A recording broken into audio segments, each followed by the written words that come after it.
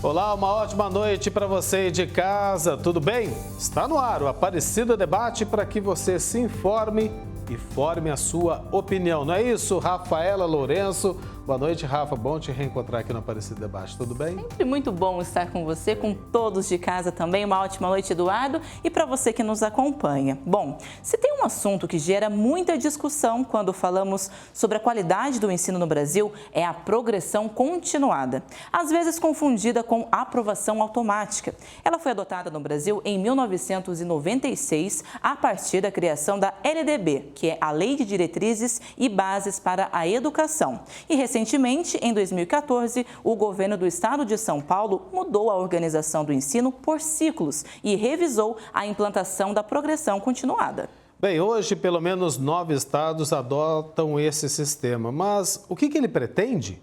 Como funciona na prática? A progressão continuada prejudica o aprendizado ao limitar a repetência? E por que esse modelo é tão criticado? O Aparecida Debate desta noite vai em busca dessas respostas para um dos temas mais polêmicos do ensino aqui no Brasil.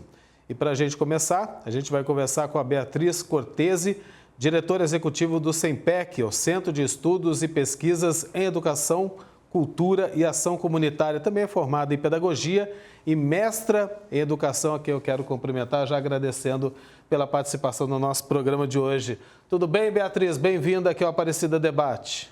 Boa noite, Eduardo. Boa noite, Rafaela. Obrigada pela oportunidade de conversar sobre esse tema, que a gente da educação gosta bastante de discutir, de conversar, de refletir sobre ele. Pois é, Beatriz, quem ainda não ouviu falar de progressão continuada? Então eu pergunto para você, para esclarecer, para quem está em casa acompanhando o Aparecida Debate, é o mesmo que aprovação automática, é isso? Não, não é. Progressão continuada e aprovação... Bom, primeiro, voltar, né? Primeiro, a aprovação automática não existe, não é uma coisa que tem uma lei que determina uma aprovação automática. Né? Em alguns casos, na pandemia, isso acabou acontecendo, mas não está nada regularizado. Né? O que é a progressão continuada? Para entender o que é a progressão continuada, a gente precisa voltar um pouquinho para trás e entender o seguinte: existe uma crença, um senso comum, de que o aluno que repete, no ano seguinte, ele vai aprender o que ele não aprendeu. Então, ele repete o terceiro ano, né? Ele é reprovado no terceiro ano, no ano seguinte ele vai aprender aquilo que ele não aprendeu e, portanto, está tudo resolvido. O que a gente descobriu que não é verdade? Né? O aluno é reprovado e ele não tem necessariamente uma oportunidade de aprendizagem. Ele não melhora o aprendizado dele, mas ele fica com um carimbo de fracassado. Né? Todo mundo fala, aquele menino é repetente, aquela menina é repetente. Né? Então, desde 96, lá atrás, com a LDB, como a Rafaela comentou, a gente vem estudando e pensando como é que é o melhor jeito de garantir que o aluno chegue na escola, permaneça na escola e aprenda.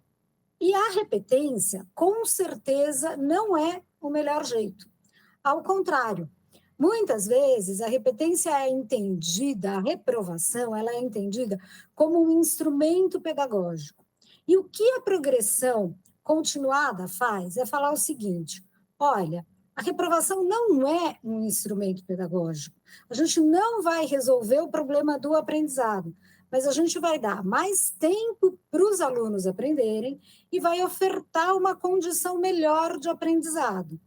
Então, a ideia de ciclos é que, por exemplo, o aluno que não se alfabetizou no primeiro e segundo ano, ele tem até o final do terceiro ano para se alfabetizar. É óbvio que, para isso funcionar, o professor do primeiro ano, do segundo e do terceiro precisam estar muito bem preparados para garantir que o aluno vá progredindo no aprendizado dele. Né? Então, só retomando, a progressão automática, ela está... A progressão continuada, ela está prevista na LDB, ela é um instrumento importante para diminuir a evasão, porque o que acontece? O menino que fica com carimbo de fui reprovado 1 ano, fui reprovado 2 anos, fui reprovado 3 anos, ele fala, eu não sirvo para a escola não serve para mim, eu vou sair daqui. Né? Então, a gente já sabe que isso não funciona. Com a progressão continuada, a gente dá mais tempo para os alunos, de forma que eles consigam aprender durante aquele ciclo. Existe, sim, uma sensação, muitas vezes no senso comum, às vezes das famílias, de que meu filho não aprendeu e também passou de ano, assim ele não vai aprender nunca, né? Então, onde está o pulo do gato? Como é que a gente resolve isso? A gente tem que resolver isso dando condições para que a progressão continuada funcione, né? E aí você tem uma série de condições didáticas e estruturais que permitem que a progressão continuada funcione para garantir o aprendizado dos alunos. Beatriz, boa noite. Obrigada, né, mais uma vez por estar aqui conosco. Até pegando o gancho também dessa sua explicação, em que você citou a questão dos ciclos, né? Qual que é a diferença, então, dessa organização até antes que era por séries? E o foco, de fato, é também essa questão da evasão escolar, ser mais atrativo também para os estudantes? Um dos focos importantes é, sim, diminuir a evasão, né? É falar para o aluno, olha, não sai daqui, você tem condição de continuar aprendendo se você ficar aqui. Então, tem um foco bem importante de diminuição da evasão. Tem um segundo foco, que é, na meu ver, essencial, que é você dar mais oportunidade de aprendizagem, apresentando o mesmo conteúdo de um jeito diferente, né? Então, o ciclo, ele tem isso. Você, dentro do ciclo, você tem uma progressão curricular.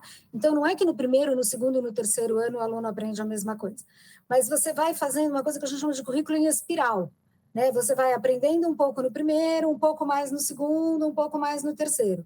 De tal forma que o aluno que está no segundo não aprendeu o que tinha que aprender no primeiro, a professora, o professor tem condição de retomar aquele conteúdo. Então, por isso que você aumenta a chance dos alunos aprenderem. Quando a gente faz uma coisa muito seriada, muito fechadinha, né, muito estigmatizada, o primeiro ano vai aprender que M vem antes de P e B. O segundo ano vai aprender palavras com um S e dois S. Quando você não faz este currículo em espiral e pensa num período maior, você diminui a chance de aprendizado, porque você define que aquele aprendizado só pode acontecer naquele período menorzinho. Então, de alguma forma, você dificulta isso. É esta a ideia do ciclo, que os professores possam trabalhar um currículo em espiral. Agora, Beatriz, a gente falou no início do Aparecida Debate de hoje, explicando um pouquinho como é que surgiu a progressão continuada. Foi lá da LDB, na década de 1990, alguns estados já implantaram, um dos primeiros foi o estado de São Paulo, né? Agora, na prática, quais foram os pontos positivos, efeitos práticos que a progressão continuada trouxe para o ensino público aqui no Brasil, na sua avaliação? É claro, poderia melhorar os resultados ainda mais? Poderia melhorar, né? Como a maior parte das leis, principalmente das leis em educação, a gente tem a lei e tem a implementação da lei e a criação de condições para esta implementação da lei, né? Então, a LDB é uma lei bastante acertada, mas que nem todo mundo, nem todos os estados conseguiram implementar do melhor jeito, né? Com isso, claro que muitas vezes você tem a impressão que a culpa é da lei, né? E não das dificuldades de implementação. Dá para entender isso. Para quem só olha um aluno individual que não aprendeu, você fala, puxa, o Pedrinho, a Mariazinha, a Carolina, o João não aprenderam isso aqui e continuam na escola. Se a gente pensa em política pública, a gente conseguiu diminuir a evasão, a gente conseguiu manter com que os alunos progredissem nos aprendizados nos últimos 30 anos, a gente saiu de um determinado patamar. Agora, a gente precisa continuar fazendo isso e olhando com bastante seriedade para essas questões, principalmente entendendo que a reprovação, a cultura do fracasso escolar, ela mantém na escola alunos que já são historicamente prejudicados pelo histórico escolar, pelo histórico de funcionamento da escola, que são os alunos negros, periféricos, né, das grandes cidades ou de cidades muito pequenininhas, alunos indígenas, crianças com deficiências.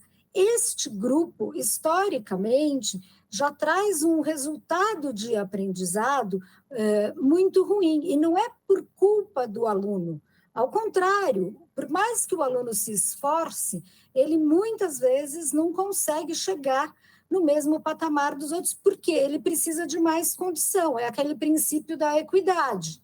Não adianta você oferecer a mesma coisa se as necessidades são diferentes, né?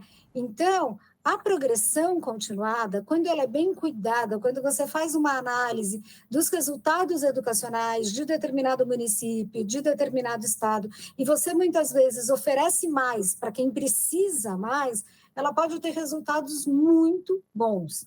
E do ponto de vista da tecnologia educacional, digamos assim, a gente sabe o que precisa ser feito.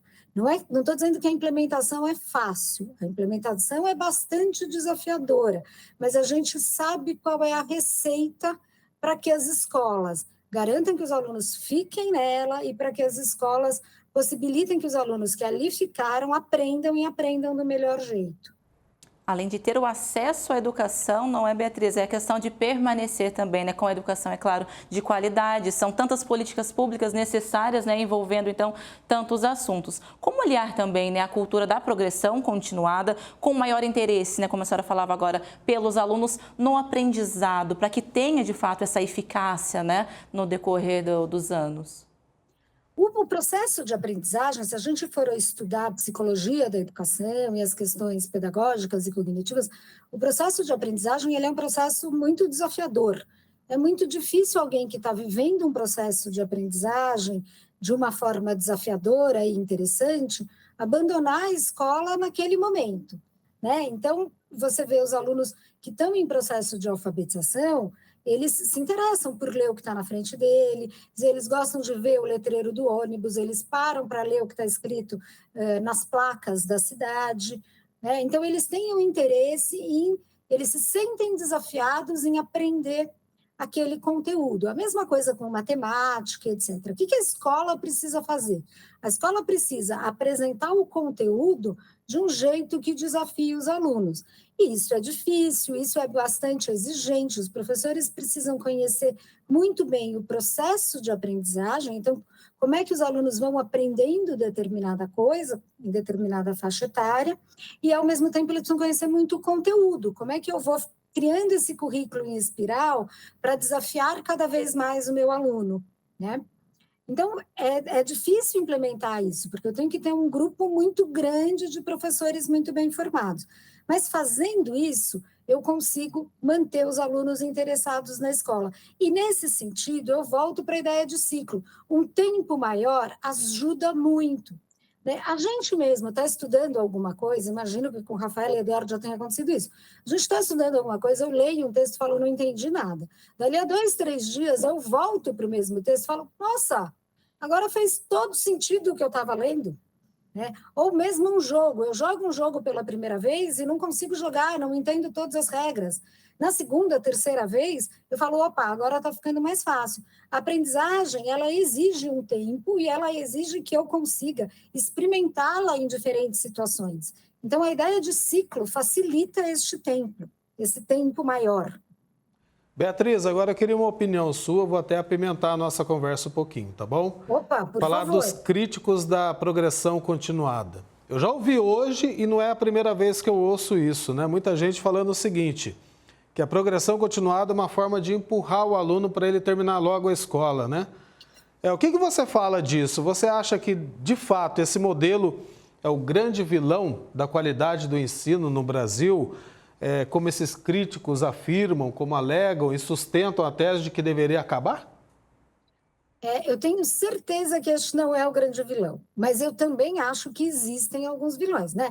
Tem questões estruturais, tem essas questões que a gente estava falando antes, de você ter que oferecer condições diferentes para alunos que têm condições diferentes de aprendizado, né?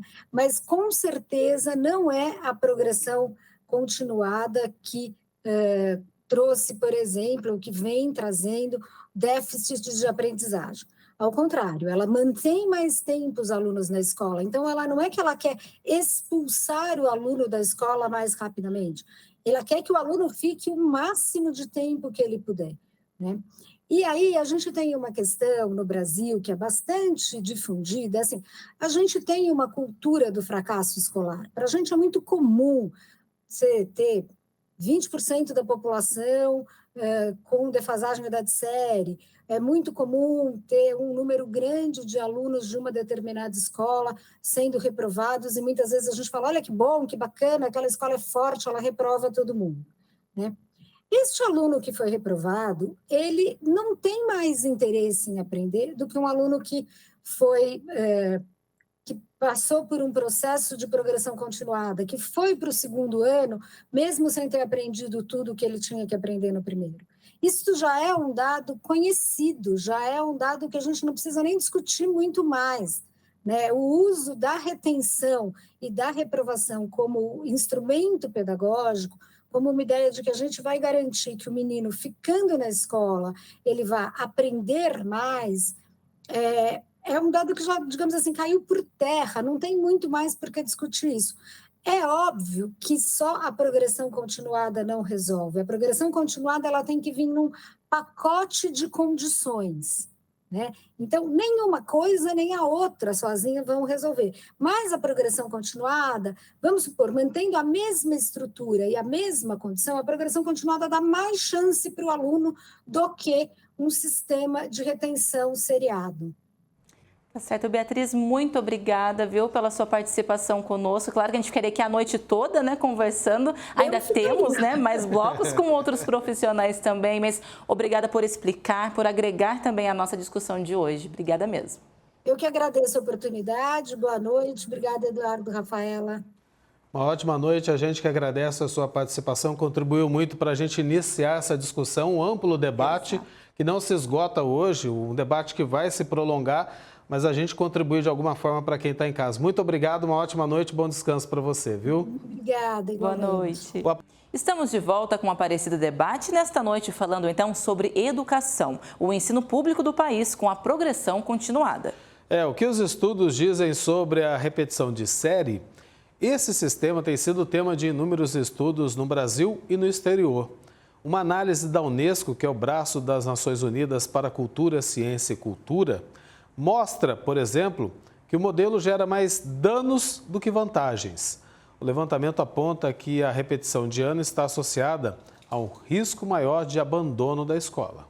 Além disso, aumenta o índice de atraso de 2 anos ou mais dos alunos em relação à série em que deveriam estar, de acordo com a idade, a chamada defasagem idade-série, e causa impactos negativos na autoestima e motivação dos estudantes repetentes, como a gente viu no bloco anterior. A nossa convidada agora, então, para debater, o tema desta noite é a deputada estadual Maria Isabel Azevedo, que preside a Comissão de Educação e Cultura na Assembleia Legislativa, e é também a segunda presidenta da APOESP, que é o Sindicato dos Professores do Ensino Oficial do Estado de São Paulo. Ela também é formada em Letras e mestre em Administração Educacional. Boa noite, professora. Seja muito bem-vinda. Boa noite, Rafaela. Boa noite, Eduardo. Boa noite a todos os telespectadores da TV Aparecida, sobretudo porque está empreendendo um importante debate exatamente sobre a educação, e exatamente a qualidade da educação e a necessidade de nós fazermos um debate com relação à evasão, oriunda da repetição, de alunos que são reprovados. Então, é um debate necessário, bastante preciso, no momento em que a gente está discutindo a educação através da Conferência Nacional de Educação, que debatemos, rediscutindo o Plano Nacional de Educação, os planos estaduais e municipais de educação. Exatamente, um assunto tão importante também para informar o pessoal de casa, não é, deputada? E eu já gostaria que a senhora, na sua análise, então, falasse para a gente quais são os pontos positivos e também negativos, em relação à progressão continuada. Bom, o problema é que a progressão continuada, Rafaela e Eduardo, nunca foi implantada aqui, eu me refiro ao estado de São Paulo. Alguns estados, como a Escola Cidadã de Porto Alegre, a Escola Plural de Belo Horizonte, implantaram, e tiveram resultados positivos. Então, eu vou destacar o aspecto positivo da progressão continuada. A progressão continuada, quando ela foi concebida, exatamente foi sobre um contexto, né, em que nós, profissionais da educação, fazíamos já uma discussão do fracasso, né, do aluno que se sentia fracassado porque era reprovado. E isso causava, né, uma distorção, né, entre idade e série. Lamentavelmente, os outros estados, e mesmo aqui o estado de São Paulo, não implantou progressão continuada, mas aprovação automática, que é totalmente diferente de progressão continuada. A progressão continuada, ela é, na verdade, uma forma, né, de como a gente tem que entender como os alunos devem ser avaliados, e avaliados o tempo todo, né? Mas ela é parte de um projeto, né, que trata exatamente a educação na totalidade. Ela não é só a avaliação, mas é o processo de ensino-aprendizagem, que tem a ver com o número de alunos de salas de aula, né? o próprio espaço em que a sala de aula se dá, e também a organização do tempo escolar, né? O que é isso traduzindo? Traduzindo é o seguinte, notadamente a gente fala, bom, uma aula deve durar quanto? 45, 50 minutos, né? E como é que essa aula, né, ela deve ser trabalhada, a metodologia dela? Então, a nossa discussão é exatamente isso, né? Nós entendemos que, se implantada a progressão continuada, nós temos que ver o número de alunos por sala de aula. Não pode ser mais que 20. A gente trabalha com mais de 30, 40 alunos, né? É incompatível com uma avaliação continuada, né? Por isso, progressão continuada. E quando a gente trabalha com a ideia de ciclos, né? É exatamente isso. A cada vez que nós avaliamos o aluno avançou, então ele vai agrupar, ou seja, ele vai vai para uma outra etapa. A gente nem usa o termo série na progressão continuada, né? Mas um outro ciclo, né? E esse ciclo é que permite, na verdade, né, a forma correta de avaliação. Como foi implantada a questão da aprovação automática, a sociedade se revoltou, porque as crianças estavam sendo empurradas, né, sem aprender, e, na verdade, o que acontecia é que estava havendo e pode haver uma exclusão postergada para depois. Naquele momento, poderíamos estar sendo excluídos. Mas, na vida, né, quando ele é avaliado, ele passa a vai fazer um concurso, vai fazer uma prova para, enfim, ter um emprego, acabava sendo reprovado, né? Então, essa triste realidade levou a uma péssima compreensão da progressão continuada como ela deve ser. Eu repito, nós tivemos experiências exitosas, e eu citei dois estados, Minas Gerais, município de Minas Gerais, e a Escola Cidadã de Porto Alegre, no município também, né? Então, esse é o aspecto positivo. O negativo é a forma como os governantes, que não tinham compromisso, né, com a aprendizagem, com o conhecimento, implantou em seus estados para fazer a chamada aprovação automática ou empurrar os alunos, dizendo que estava fazendo uma correção de fluxo, né, e que ficava mais caro o aluno ser reprovado.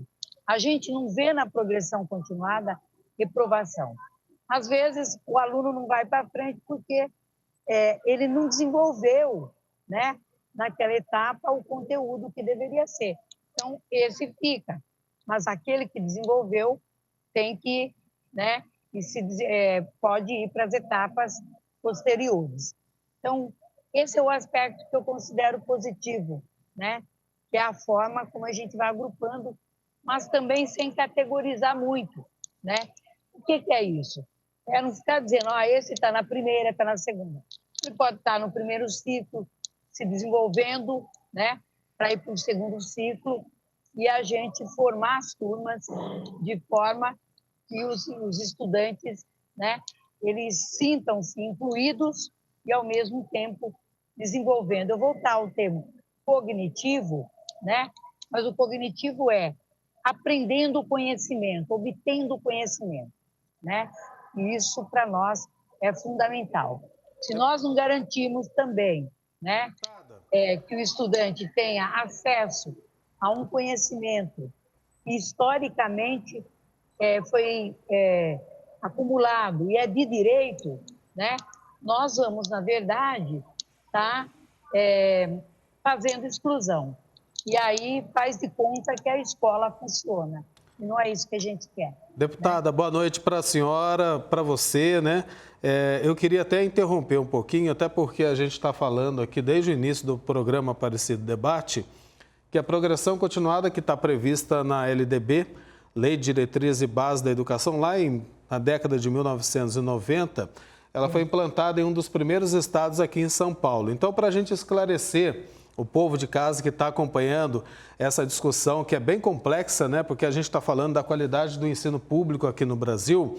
A senhora quer dizer o seguinte, São Paulo pegou a progressão continuada, usou o nome, mas na verdade aplicou a aprovação automática, é isso? Ou seja, na teoria uma coisa, na prática na escola foi outra, é isso? Foi outra, porque deu um verniz, né?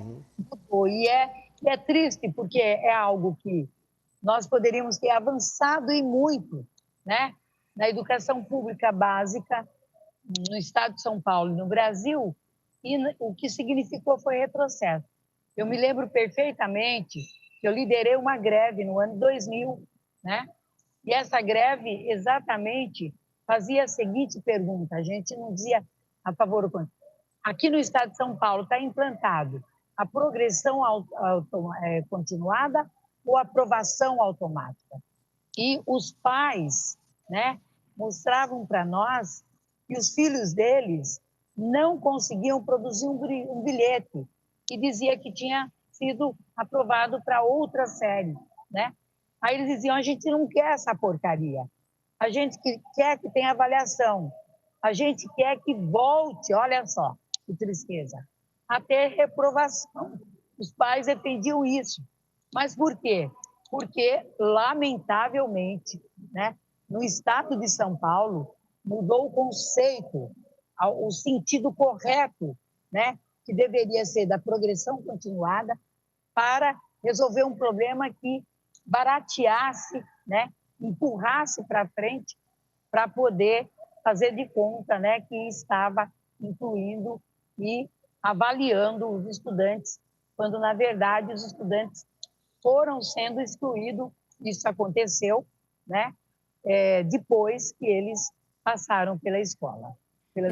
Deputada, até falando dessa questão da exclusão também, a gente pode falar sobre a questão da evasão escolar, né? O abandono escolar se intensifica a partir dos 15 anos de idade. Segundo a PNAD contínua, em 2023, 9 milhões de pessoas no grupo etário de 14 a 29 anos não completaram, então, o ensino médio. A senhora acredita que tem esse sistema, então, tem interferência também em relação a esses números? Esse sistema aí também é outra, como é que eu diria, outro modelo que poderia estar dando certo, né? Que é a escola de tempo integral, né? E eu sempre disse que a gente deveria analisar as condições, né, dos estudantes brasileiros, esses do ensino médio, né? Entender que esses estudantes, eles também complementam a rede escolar, a renda, né, em casa. É o caso do aluno trabalhador. Então, quando se implantou o programa as escolas de tempo integral no ensino médio, né, o que acabou acontecendo é que os estudantes trabalhadores deixaram as escolas. O estado de São Paulo, né, a gente chega a ter mais de 200 mil alunos que evadiram porque tiveram que sair para trabalhar. Agora, se desse um incentivo, né, uma bolsa de estudo para ele poder ficar na escola, com certeza o programa teria sido exitoso. Você veja bem, nós fizemos uma pesquisa, mais de 70% das escolas que implantaram o ensino médio, né, integral, que é o chamado Programa de Ensino Médio Integral, PEI, né, ou Programa de Ensino Integral, acabou que 50%, por exemplo, se começar, a escola tinha 700 alunos, reduziu para 350 até 200 alunos. Então, esses estudantes saíram, evadiram. O que foi mais triste é que o Estado fechou o curso noturno, né, e não permitiu que esses alunos pudessem, né, fazer, é triste dizer isso, mas fazer a educação de jovens e adultos e fazer essa volta, né, para a escola através da educação de jovens e adultos. Então, ficou sem nenhuma alternativa. Hoje, o governo federal, aliás, há 2 semanas atrás, lançou o programa Pé de Meia, né? Eu acredito muito nesse programa.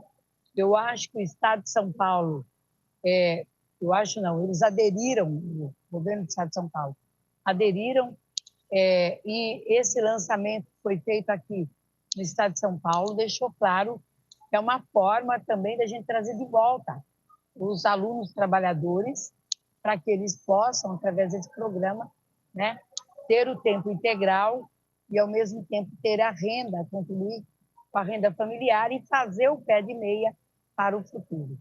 Então, também, esta perspectiva de modelo de ensino médio integral no Estado de São Paulo também foi uma derrota para o aluno trabalhador. Então, nós tivemos 2 formas de exclusão, na avaliação, né, e também no modelo de ensino integral voltado aí para o ensino médio. Deputado, eu quero agradecer muito a sua participação aqui no Aparecida Debate. Infelizmente, a gente não tem mais tempo, mas é só abrindo esse debate, essa discussão, a gente vai se aprofundar com certeza, porque quando a gente fala da qualidade do ensino público aqui no Brasil, a gente está falando para milhões de brasileiros e isso interessa a muita gente, né? A gente vê que a progressão continuada, a aprovação automática é apenas a ponta de uma longa discussão para a gente melhorar o ensino nas escolas públicas aqui do nosso país. Muito obrigado, seja sempre bem-vindo aqui ao Aparecida Debate, ao canal de Nossa Senhora, viu? Me coloco à disposição, Eduardo, me coloco à disposição, Rafaela, né? E é claro, só esqueci de dizer que também a pandemia contribuiu com a exclusão desses alunos que também não voltaram e a secretaria não fez o papel dela, né? Que foi fazer a busca ativa e trazê-los de volta. Então, são lutas que a gente enfrenta.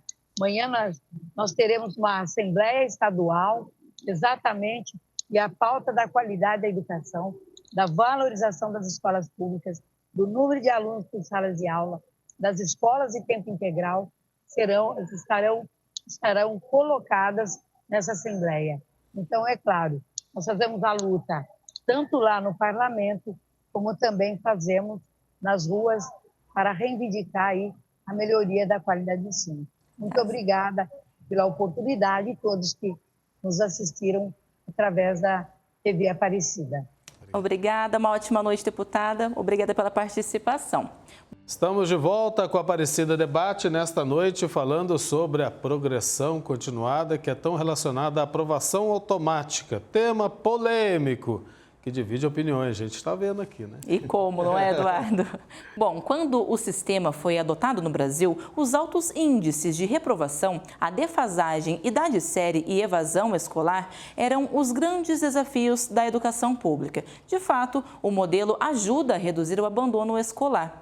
Em 2007, o índice era de quase 5% no ensino fundamental e caiu progressivamente até atingir 2,2%, isso em 2020, antes da pandemia da Covid-19. No ensino médio, a evasão era de 13,2% em 2007 e passou para 6,9% em 2020. E a atual PNAD contínua revela um leve avanço com relação ao percentual de pessoas com ensino médio completo, que passou de 29,9% em 2022 para 30,06% em 2023. Ao contrário do que muitos pensam, o Brasil não eliminou totalmente a reprovação com o sistema da progressão continuada. Na verdade, é um dos países que mais reprovam entre os 38 que fazem parte de um estudo da OCDE, que é a Organização para a Cooperação e Desenvolvimento Econômico. Bem, neste terceiro e último bloco do Aparecida Debate, a gente vai conversar com a Natália Fregonese, ela é coordenadora de políticas educacionais do Todos pela Educação, a quem a gente recebe. Já agradece pela presença aqui entre nós no Aparecida Debate. Boa noite para você, tudo bem, querida? Seja bem-vinda. Boa noite, pessoal. Muito obrigada. Prazer estar aqui falando com vocês. Bem, a gente já aprendeu aqui, Natália, viu, com as duas primeiras convidadas, que existe uma diferença entre progressão continuada e aprovação automática, né? Das duas têm finalidades bem distintas. Falar da progressão continuada, ela é eficaz ou não é para contribuir para o aprendizado do aluno em sala de aula? Perfeito.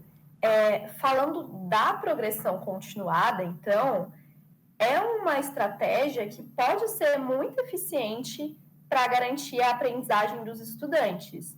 O problema principal não está no conceito da progressão continuada, mas sim na implementação e na forma que ela é utilizada nas escolas, né? E nas redes no geral, assim.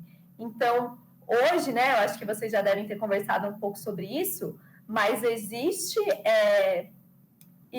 redes em que adotam a progressão continuada, mas que, na verdade, o que estão fazendo é adotar a aprovação automática, né? Quando, na verdade, a progressão continuada, ela não é simplesmente não reprovar um estudante, mas ela está dentro de um conceito maior de oferecer oportunidades ao longo de um determinado período de tempo para que esse estudante consiga se desenvolver e consiga ir atrás das dificuldades que ele está tendo, né? Então, nesse sistema, de fato, de progressão continuada, é super importante ter avaliações formativas constantes desses estudantes, para que os professores consigam identificar quais são as principais defasagens de cada aluno e que consigam pensar em estratégias para que esses alunos possam desenvolver e se aprofundar nessas dificuldades para ir avançando ao longo de todo o ciclo e que ele não vá só passando de série e chegue na série seguinte com todas as defasagens, né? Então, a ideia da progressão continuada é que o estudante não reprove, mas que ao longo desse tempo ele possa ter oportunidades de desenvolvimento, né? Então, no conceito, a progressão continuada, ela é muito interessante e pode, sim, ter bons efeitos para a aprendizagem dos estudantes, apesar de, na implementação, estarem as falhas desse modelo. Natália, boa noite para você. Obrigada, então, por estar aqui conosco. E até muita preocupação de pais também em relação ao aluno passar de ano, mas não ter, de fato, aprendido, né, o conteúdo. Quanto à reprovação do aluno, não seria, então, uma proposta pedagógica eficaz quanto ao aprendizado? Essa é a linha de raciocínio. Os estudos apontam principalmente para essa linha de raciocínio. Então, que reprovar os estudantes não é benéfico tanto para o aprendizado desse estudante, quanto para a trajetória escolar dele, né? Então, no geral, estudantes que abandonam ou evadem da escola são estudantes que já têm algum histórico de reprovação. E se a gente for pensar em termos de aprendizagem, acho que tem uma lógica muito simples da gente pensar, que é: o estudante passou um ano na escola, não conseguiu aprender o necessário ali, o esperado para aquela série. Se ele reprovar, ele vai fazer aquela série de novo, do mesmo jeitinho que ele fez, com as mesmas estratégias, com os mesmos professores, os mesmos conteúdos.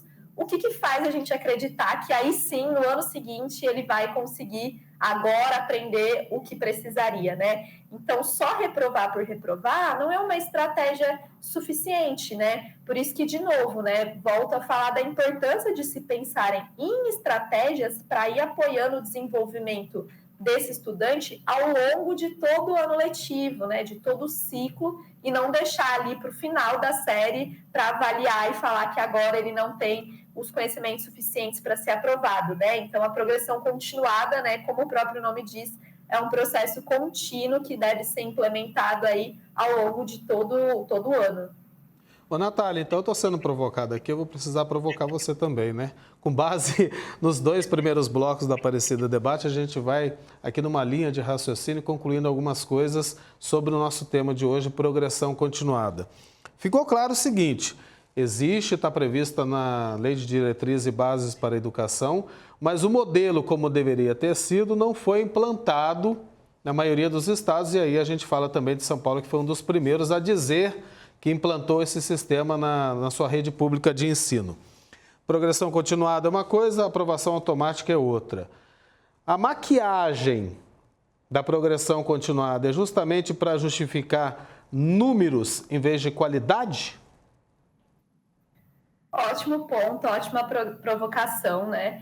Acho que é um ponto muito importante, né? Então, as redes querem diminuir essas taxas de reprovação, até porque isso impacta no IDEB, né, que hoje é a medida aí principal que essas redes de ensino têm, né, para se comparar com outros estados. Então, de fato, né, ter essa aprovação automática garante um melhor fluxo ali para as escolas, mas realmente a efetividade disso a gente vê no dia a dia, né? Então, assim, quando a gente olha para os resultados de aprendizagem dos estudantes em todas as etapas da educação básica do Brasil, os resultados ainda são ruins. Então, a gente está melhorando esse fluxo, né? Os estudantes estão sendo mais aprovados, mas isso não está refletindo necessariamente nos resultados de aprendizagem, né? Então, de fato, está acontecendo muito mais essa aprovação automática. E existem experiências boas, né? Então, a gente aqui fala muito da média, né? Do que a gente vê na média dos estados e municípios, mas existem algumas experiências muito interessantes que podem ser estudadas, ser aprofundadas para ser adaptadas ao contexto de algumas redes. Então, cito aqui, por exemplo, o caso de Teresina. Então, Teresina tem todo um processo, né, em que se fazem avaliações periódicas desses estudantes. A cada bimestre, né, são feitas essas avaliações.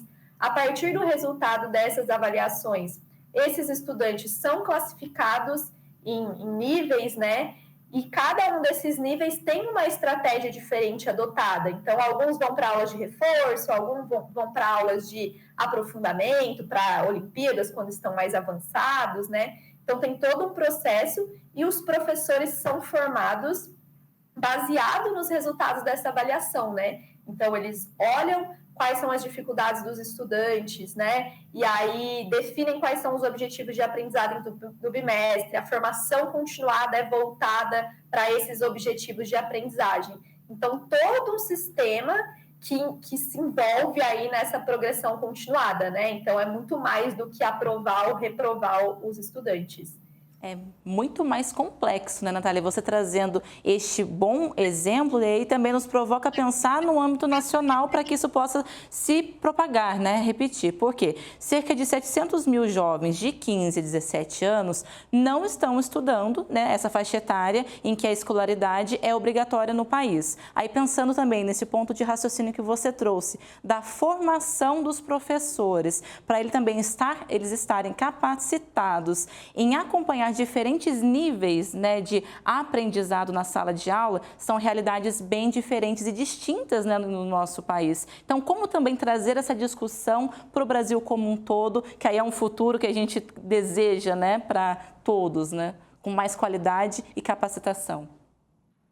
Perfeito, sim, é um grande desafio do dia a dia dos professores de lidar com essas diferenças, né, dentro da sala de aula, né? Então, como que você consegue planejar uma aula que atenda ali aos alunos que têm mais dificuldades, mas que ao mesmo tempo também atenda aos alunos que já estão mais avançados, para que eles também não fiquem desmotivados, vendo um conteúdo que para eles já é mais fácil, né? Então, isso é um desafio e passa muito pela questão da formação continuada, né? Então, desses professores estarem preparados para lidarem com diferentes cenários dentro da sala de aula, para pensarem em diferentes estratégias no seu plano de aula para conseguir desenvolver com esses estudantes, mas também perpassa pelas estratégias das próprias redes de ensino e das escolas, né? Então, essas estratégias que eu comentei do caso de Teresina, de terem aulas de reforço, de terem aulas de aprofundamento,